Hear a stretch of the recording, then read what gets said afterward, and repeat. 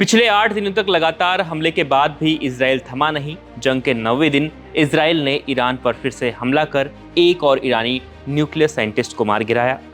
Iran के मेहर news agency ने बताया कि तेहरान के एक अपार्टमेंट पर ड्रोन हमला हुआ जिसमें न्यूक्लियर साइंटिस्ट इसार इबाद बाई कमशेह और उनकी पत्नी की मौत हुई है। इजराइल अब तक 10 ईरानी न्यूक्लियर साइंटिस्ट की हत्या कर चुका है। इसके अलावा उसने ईरान में हमला कर 657 लोगों को मौत के घाट उतारा है, लेकिन ईरान अभी भी झुकने को बिल्कुल तैयार नहीं। इजराइल ने जिस तरीके से अपनी ताकत दिखाई है उसे देखकर दुनिया को लग रहा है कि वह जंग में जीत रहा है, लेकिन इजराइल के अंदर जो खौफ है वह कम ही लोगों को नजर आ रहा है।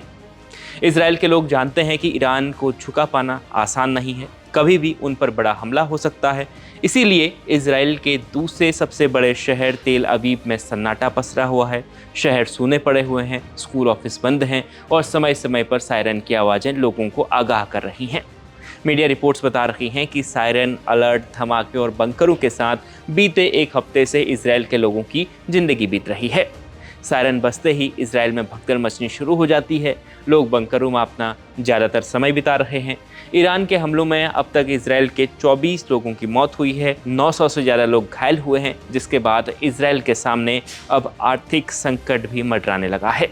वहीं कल शुक्रवार रात इजराइल के हाइफा शहर में एक बेहद संवेदनशील बिल्डिंग को ईरान की बैलिस्टिक मिसाइलों ने निशाना बनाया। यह इमारत इजराइल की सिक्योरिटी व्यवस्थाओं से जुड़ी हुई थी।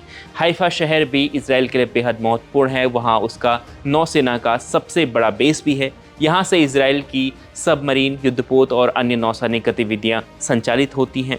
विशेषज्ञों का मानना है कि ईरान ने इसी सैनिक महत्व को देखते हुए हाइफा को निशाना बनाया है। हालांकि इजराइल अभी भी इसे दुनिया से छिपाने की कोशिश कर रहा है। तो खतरा दोनों तरफ है, लोग डरे हुए हैं और ऐसे में अब इस जंग का नतीजा क्या होगा, यह सबसे बड़ा सवाल है।